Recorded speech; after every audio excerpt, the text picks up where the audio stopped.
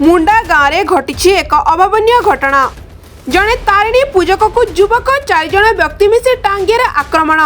पूजक गुरुतर नला मेडिकल रे भर्ती। मंगलवार सकाल 7 घंटा समय नला थाना अंतर्गत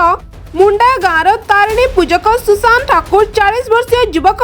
निज स्त्री सहित पुओ झील को आने जाऊा बेले बाटरे पूर्वर योजनाबद्ध भाव चैतन्य पात्र, युवराज पात्र, अनिल पात्र, धनु पात्र एमाने एकत्रित होई एक टांगिया साहाय्य आक्रमण करथिले।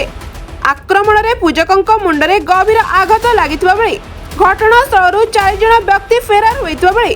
गुरुतर अवस्था पूजकंक उद्धार करी नला मेडिकल को आनी प्राथमिक चिकित्सा करबा परे तुरंत एम्बुलेंस जगे भवानीपाटना स्थित मेडिकल को पठाई देथिबा जणा पड़िछि।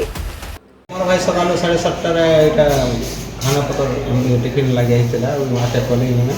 मते भी करे ता भाई असला भाई के टागे रखिते कुटी देले के ने कुटले केते बजे कुटले 7:30 रे बरग सामना मुंडा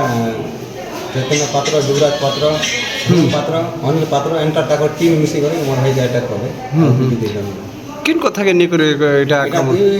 वर्ष पाखा पाखी हेबा तांकर स्त्री आ तांकर पिला छुआ दिटा निकर से युवराज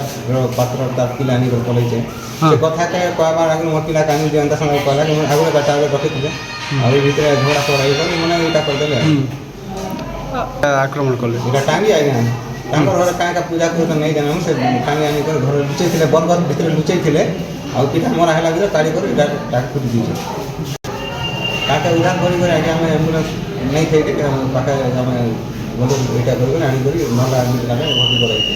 मोर भाई के जदी किछ असुविधा ही ट्रीटमेंट भीतर बोले ई दुईटा लोग का पूरा एक्शन निया जाऊ तांकर फैमिली सब चाल ले बोल। Bureau report Odia TV.